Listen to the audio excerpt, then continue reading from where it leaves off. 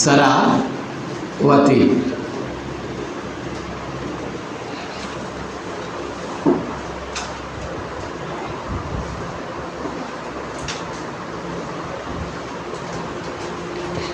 देखो, शरावती नदी और गंगावेली नदी दोनों एक साथ लिखो।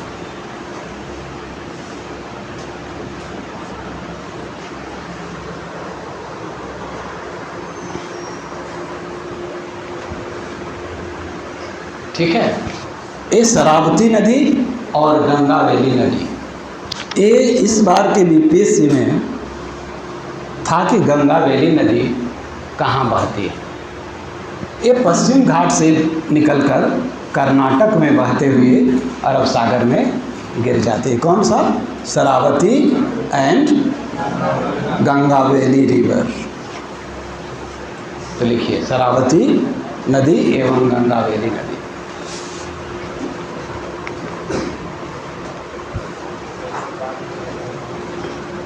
यह पश्चिम घाट से निकलकर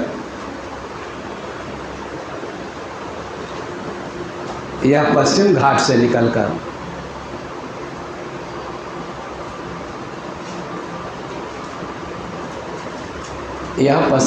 निकलकर कर्नाटक में बहते हुए कहाँ मिल जाती है? अरब सागर में मिल जाती है।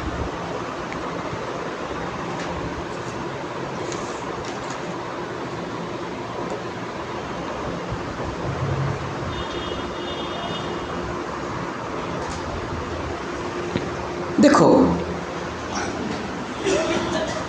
ऐसे समझना,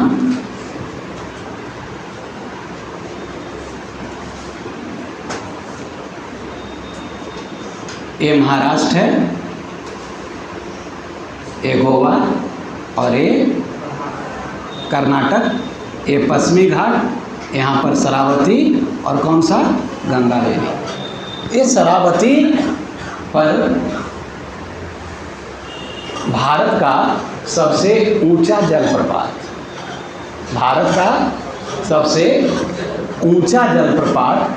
गरसोप्पा। क्या नाम है? गरसोप्पा या जोग या महात्मा गांधी।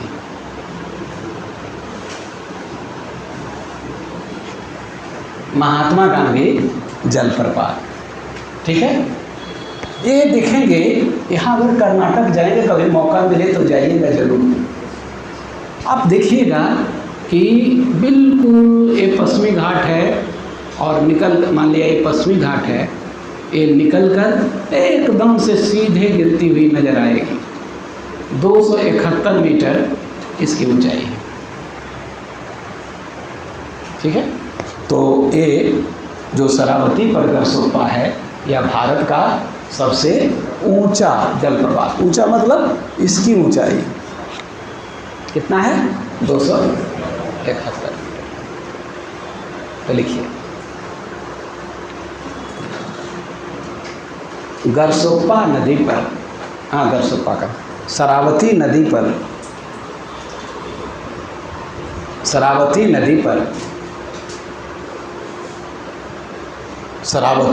पर भारत का सबसे ऊंचा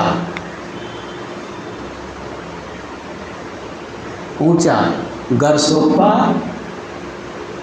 या जोग या महात्मा गांधी जलप्रपात, यह महात्मा गांधी जलप्रपात स्थित है। कोर्स में लिख देना, कर्नाटक में स्थित है। इसकी ऊंचाई 271 मीटर है।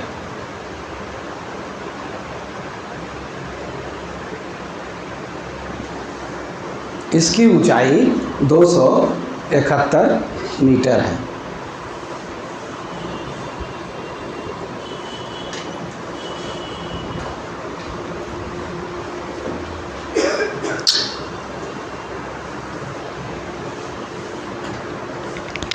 सब ज्योग्राफी भुला देगा ये मेरा ही भूगोल गड़बड़ा दे रहा है। ठीक है, अब देखो कुंचिकल का नाम सुना है? अगर पूछे सबसे अधिक ऊंचाई पर स्थित जलप्रपात कौन है भारत का?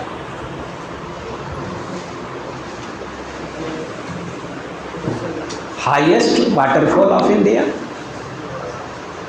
सबसे ऊंचा और सबसे ऊंचाई पर दोनों में क्या है? अंतर है।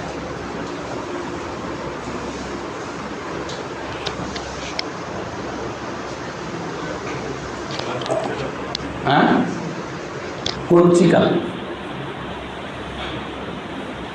कुंचिकल, कुंचिकल जलप्रपात। चलिए समझिएगा, अगर पश्चिम घाट में इसी कर्नाटक में जाएं, कर्नाटक में आप जाएं और जहाँ पर शरावती नदी है, जोग जलप्रपात है, उसके साउथ में जाए, केरला के आसपास, केरला के एकदम बाउंड्री पर आप जाते हैं तो यहाँ एक नदी मिलेगी पश्चिम घाट से निकलने वाली, उसका नाम है बरही नदी। ये केरला है, वरही पश्चिम घाट से निकल रही। और देखें आप, ये पश्चिम घाट यहाँ ऐसे है,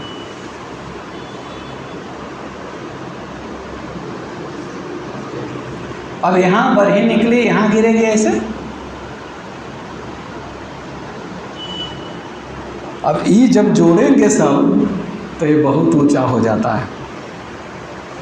आपके मन में यह लगता होगा कि अरे सबसे ऊंचा जलप्रपात, सबसे ऊंचाई पर स्थित जलप्रपात कह रहे हैं तो होगा हिमालय पर भी बहुत सारी जलप्रपातें हैं।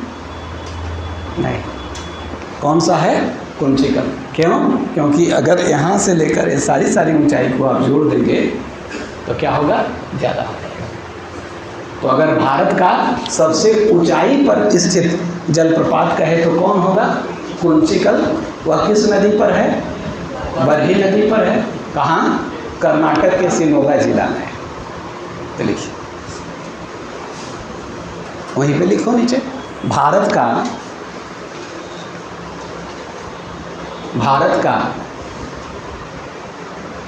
सबसे अधिक ऊंचाई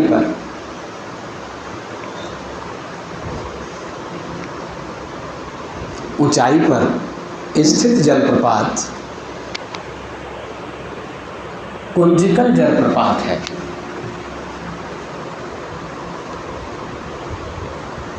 यह कर्नाटक में कुंचिकल जलप्रपात है। यह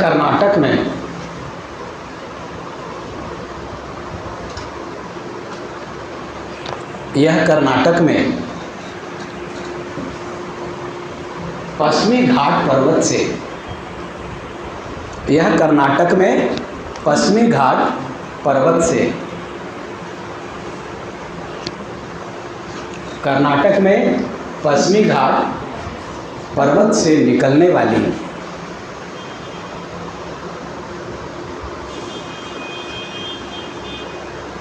वरही नदी,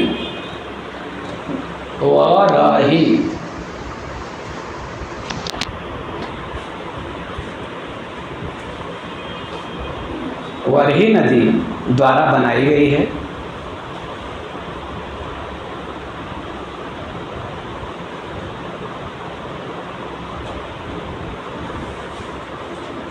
ठीक है,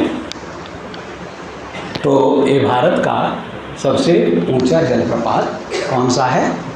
कुंचिकल है। अब हम चलते हैं केरल की जो कुछ नदियां हैं।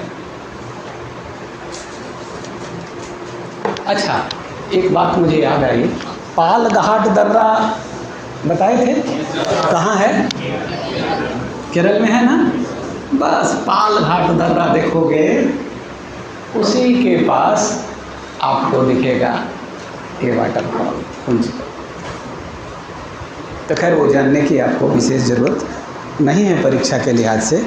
अब हम देखते हैं ये जो पश्चिम घाट में केरल से निकलती है नदी, एक नदी निकलती है भरतपूजा, झा है, ज नहीं लिख देना, पूजा मत लिख देना, भरतपूजा, ठीक है। दूसरा है पेरियार, पहले समझो,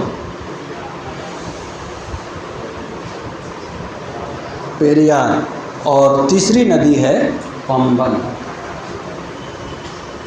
तो हम एक साथ लिख दें, भरतपूजा, पेरियार तथा पंबन।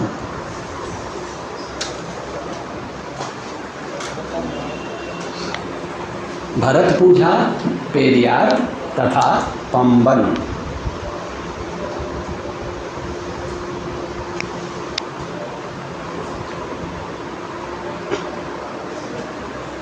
भरतपूजा, पेरियार तथा पंबन।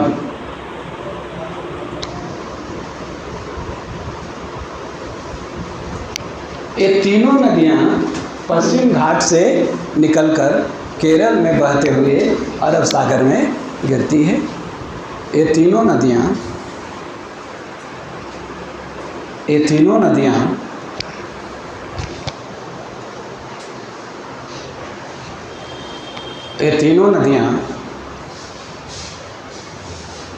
पश्चिम घाट से निकलकर केरल में बहती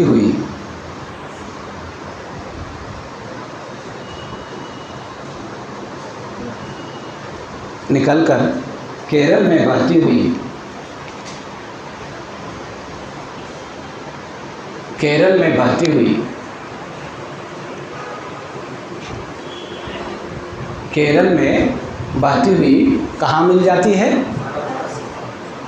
अरब सागर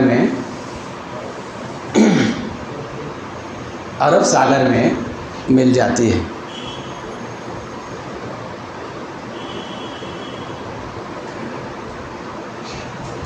अगर आप देखें केरल में इन नदियों को, तो ये जो भरतपूजा नदी है यह केरल की सबसे लंबी नदी है। दूसरी लंबी नदी पेरियार नदी है। तो आप लिख लीजिए, केरल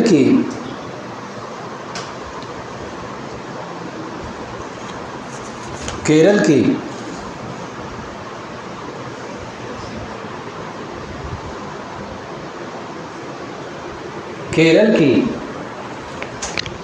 सबसे लंबी नदी,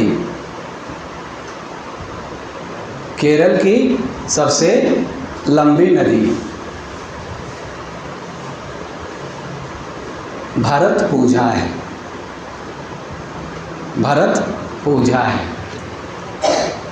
तथा दूसरी सबसे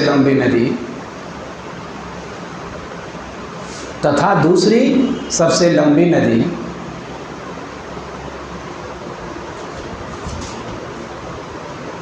पेरियार है। दूसरी सबसे लंबी नदी क्या है? पेरियार है। ठीक है, तो ये भारत की प्रमुख नदियां हैं, इनसे सवाल आपको पूछा करता है।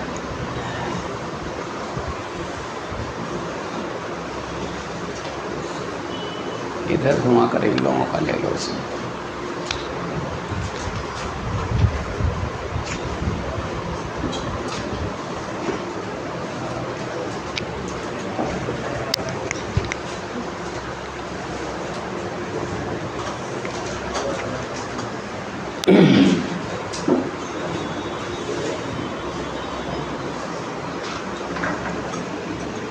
अभी तक हम लोगों ने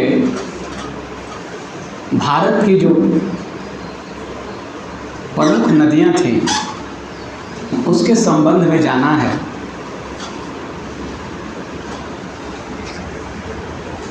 और यह हम जानते हैं कि नदियों को हम दो भाग में बांटे थे, हिमालय से निकलने वाली नदियां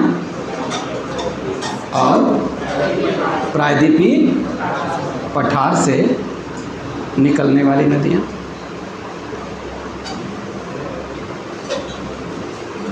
प्रायद्वीपीय पठार से निकलने वाली नदियाँ।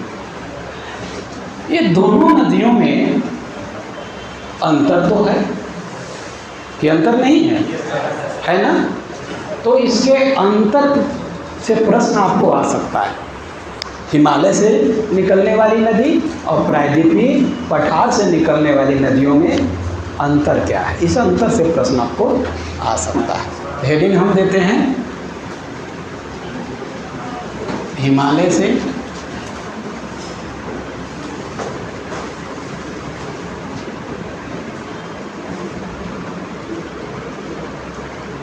हिमालय तथा प्रायद्वीपीय पठार से निकलने वाली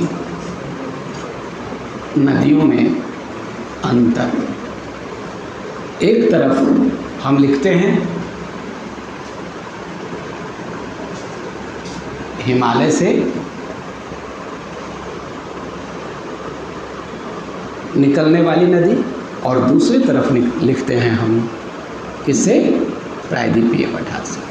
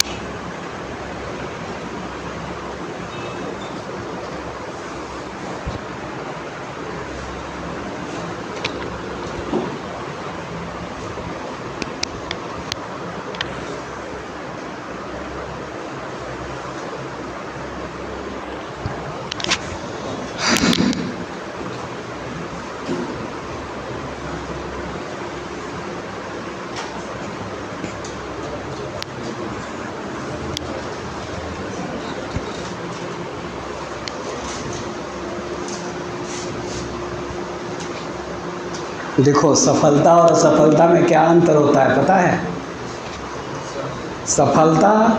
सफल और असफल दोनों व्यक्ति एक ही काम करते हैं। जैसे कोचिंग आना, पढ़ना, सब एक ही काम जैसा लगता है, लेकिन वह काम को जो सफल है अलग तरीके से करता है। जैसे आप कैसे सीख पाते हैं? हम कुछ अलग तरीके से प्रस्तुत करते हैं, आप इसलिए सीख पाते हैं। अगर हम अलग तरीके से प्रस्तुत नहीं करें तो ज्योग्राफी टफ पेपर में आता है, समझ रहे हैं ना?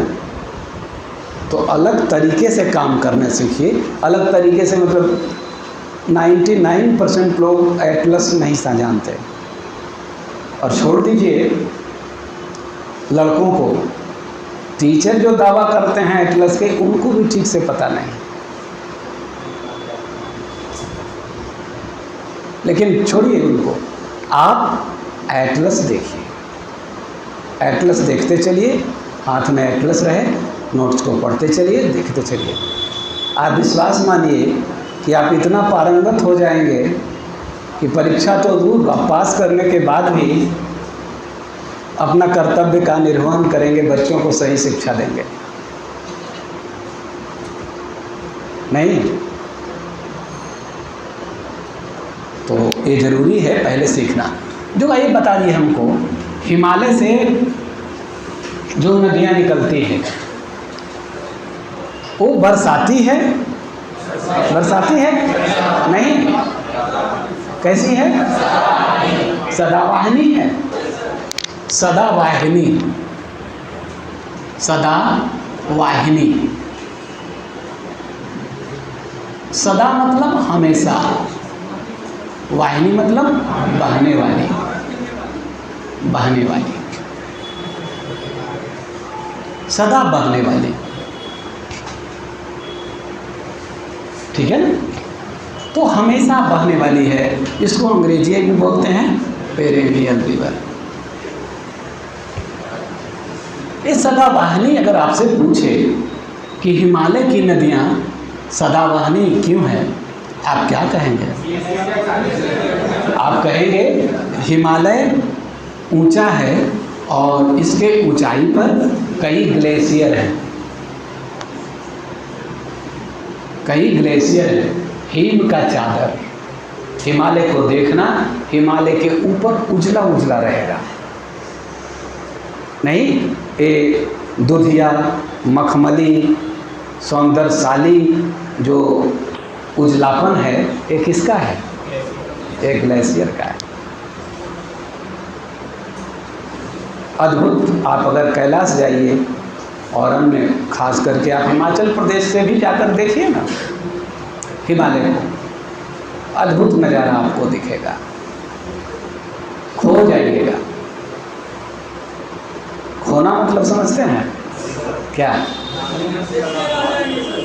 देखते हुए रह जाएंगे, देखते ही रह जाएंगे। खो जाना मतलब अपने को भूल जाना, वही वो है, हम नहीं हैं। आपको पता भी नहीं चले आप स्त्री हैं कि पुरुष, खो गए, उसको बोलते हैं खोना। तो आप देखेंगे कि हिमालय के ऊपर जो हिम की चादरें हैं, जिसको हिमानी या ग्लेशियर कहते हैं, इस ग्लेशियर से एक ग्लेशियर नीचे से पिघलता है और इस ग्लेशियर से छोटी छोटी धाराएं निकलकर फिर एकजुट मिलकर क्या बना देती है? नदियाँ। यह क्रम सालों भर चलता रहता है और ये नदियाँ हमेशा निकलती रहती है, जिसमें सालों भर पानी होता है। तो पहला हिमालय की सभी नदियाँ क्या है? सदावाहनी है, या सदावाहनी को 12 मासी भी बोलते हैं। 12 मासी, 12 मास। पहला लिखिए इसमें, हिमालय की नदियाँ सदावाहनी या 12 मासी है।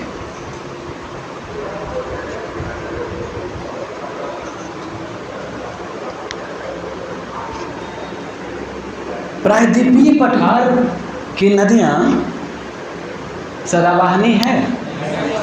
नहीं है। ठीक है, सदावाहिनी नहीं है। क्यों नहीं है? वर्षा के जल से ये नदियाँ जल पाती है। पूरा प्रायद्वीपीय भारत में एक भी हिमानी है क्या? है? नहीं है। क्यों नहीं है? अरावली पर्वत यहाँ भी है, विंध्यन पर्वत यहाँ भी है, सतपुड़ा पर्वत यहाँ भी है। क्यों नहीं है? क्योंकि ये कम ऊंचे पर्वत है और हिमानी या हिम के चादर के लिए 5000 मीटर से ऊपर होने की जरूरत है नहीं, तो यहाँ हिमनद है ही नहीं। तो प्रायद्वीपीय भारत की सभी नदियाँ क्या है? बरसाती है, बरसाती है। वर्षा के दिनों में जल रहता है, बाकी के दिन सूख जाते हैं। अपवाद में कावेरी चूँकि दक्षिण पश्चिम मानसून से गर्मी में और लौटती मानसून से शीतकाल में वर्षा पाती है, तो 9-10 महीने इसमें वर्षा, इसमें जल होता है। यही ना? तो लिख लीजिए, इधर लिखिए।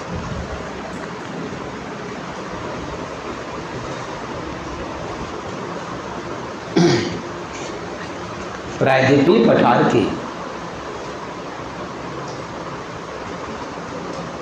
सभी नदियाँ बरसाती,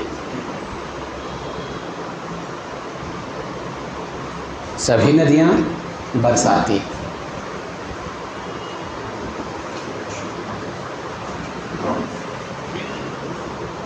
केवल कावेरी में 9-10 महीने 9-10 महीने जल होता है, क्योंकि कावेरी गर्मी में दक्षिण पश्चिम मानसून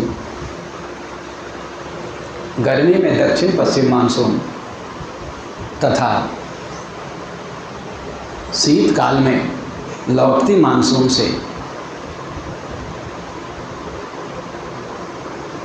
मानसून से जल प्राप्त करती है।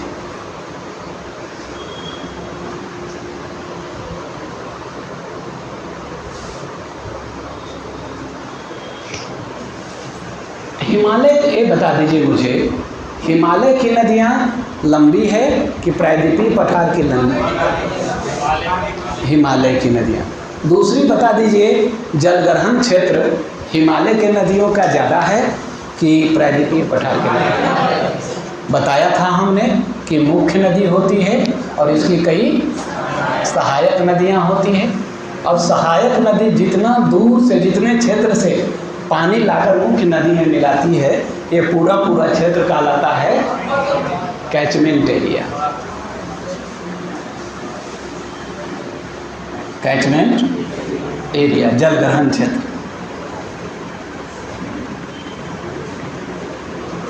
अब आप हिमालय के नदियों का जलग्रहण क्षेत्र देखिए तो बहुत क्या मिलेगा, बहुत विस्तृत मिलेगा, जबकि प्रायद्वीपीय पठार के नदियों का जलग्रहण क्षेत्र इसकी तुलना में कम मिलेगा।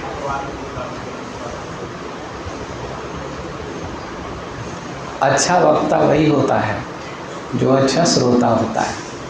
जैसे तुम्हारे बगल में बैठा हुआ देखो वो लल्टू,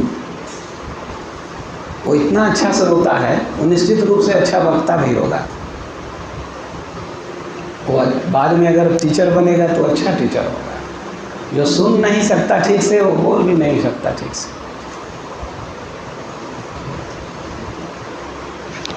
ठीक है ना? तो चलिए, ये जो हिमालय की नदियां हैं, दूसरा, हिमालय की नदियां ज़्यादा अधिक लंबी और अधिक जलग्रहण क्षेत्र वाली है, और प्रायद्वीपीय पठार की नदियां इसकी तुलना में अपेक्षाकृत छोटी और कम जलग्रहण क्षेत्र वाला है। लिखिए,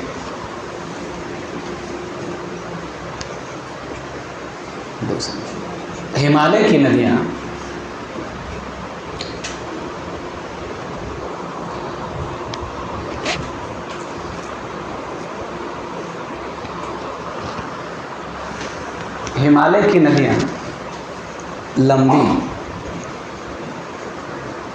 लंबी तथा बड़ी जलग्रहण क्षेत्र वाली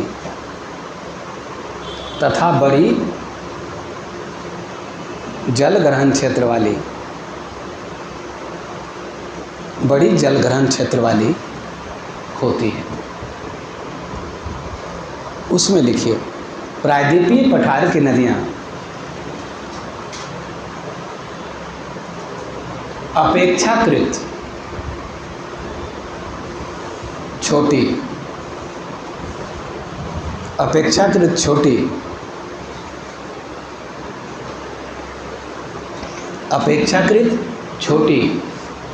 तथा कम जलग्रहण क्षेत्र वाली होती है।